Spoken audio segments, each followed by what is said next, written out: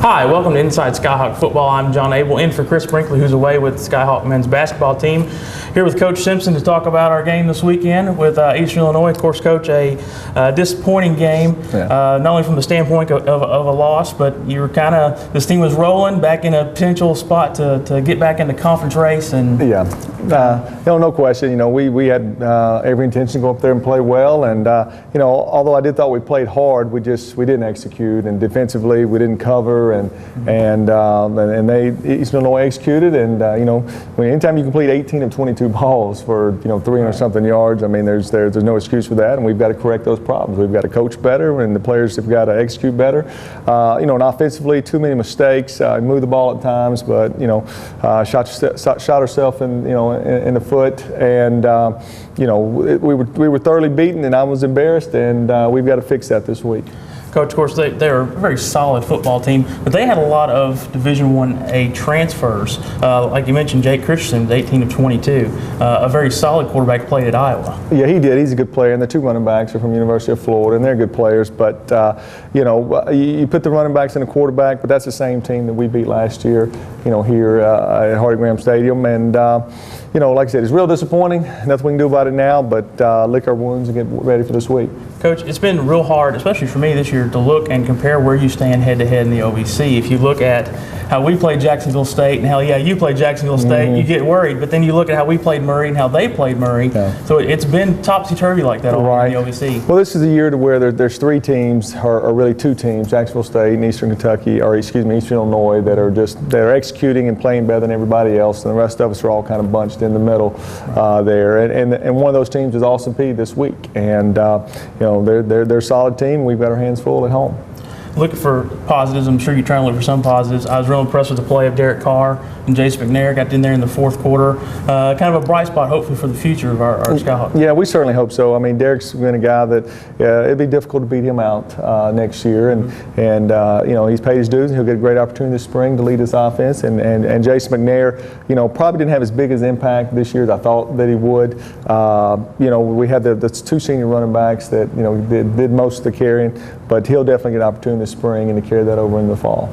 On the radio broadcast, we gave Jason McNair the Tennessee Lottery player of the game. Not a lot of touches, but in 6 carries had 45 yards and a touchdown, so very effective in limited time. But this week, Governor's come to town, and I think for the first time in your tenure here, we play them at home. Not only have to go to Clarksville. So.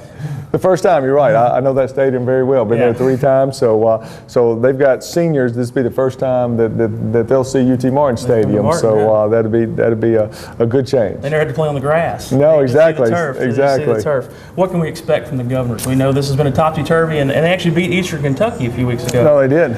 So what can we expect this week from the Governors? First thing you do, you start with their special teams. They have punt returner number 3, Terrence Holt, that is the best in the country statistically.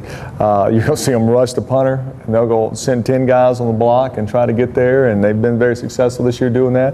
And then they show that look, and then they go punt return. They hold up the cover guys, and if you kick it more than 40 yards in the air to where he can catch it on the run, then hold on to your hat, because he's got a chance to take it back for a touchdown. So that's first where you start. Same thing on kickoff return. I mean, he's scored on both aspects of special teams, and it's very concerning. And then the next thing is Holt is a running back for him, but the leading rusher in the conference for him is their tailback White, who is over 100 yards a game. And so they're going to run the football and come downhill. They've struggled a little bit in throwing the ball, but we've definitely struggled to cover in the past. So we've got our own issues there. And then defensively, they lead the conference in rush defense now. They're in the conference are giving up 107 yards a game rushing.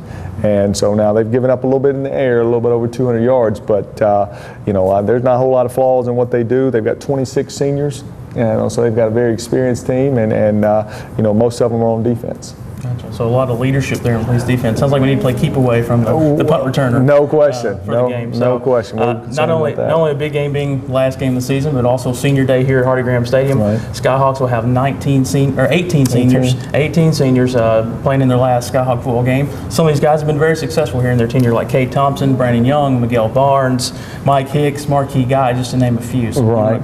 Yeah. You start with those guys who've been here with us for 4 years in our first recruiting class. Joe Gibbs, marquee guy. Of course, a guy like Nico Rick had been here the previous year before. But, there's some guys that have been here with us for 4 years. And, they've got a chance. We win this week to finish up in the conference with 20 wins. To be 20-11 in the OVC over the last 4 years. And, that's something to be proud of. So obviously, we want to be better than that. But, they've left a good mark here. And then you have other guys that transferred here like Cade Thompson and Mike Hicks have been here 3 years to 2 years. And they've certainly made a significant contribution, and they'll greatly been missed. It's a good group of kids. I hate that their senior season has not lived up to the expectations that we all have had, but that's how it goes. Absolutely. Well, Coach, been a successful group to say the least, being 20-11 and that time here. But come out Saturday at Hardy Graham Stadium to watch the Skyhawks take on the Governors. It'll be senior day, 18 seniors playing their last game in a Skyhawk uniform right here Saturday at 1 o'clock. We're going to leave you with a highlight reel of these 18 seniors over the past 3-4 years at UT Martin. And join us next week as we break down the Skyhawk Governors game.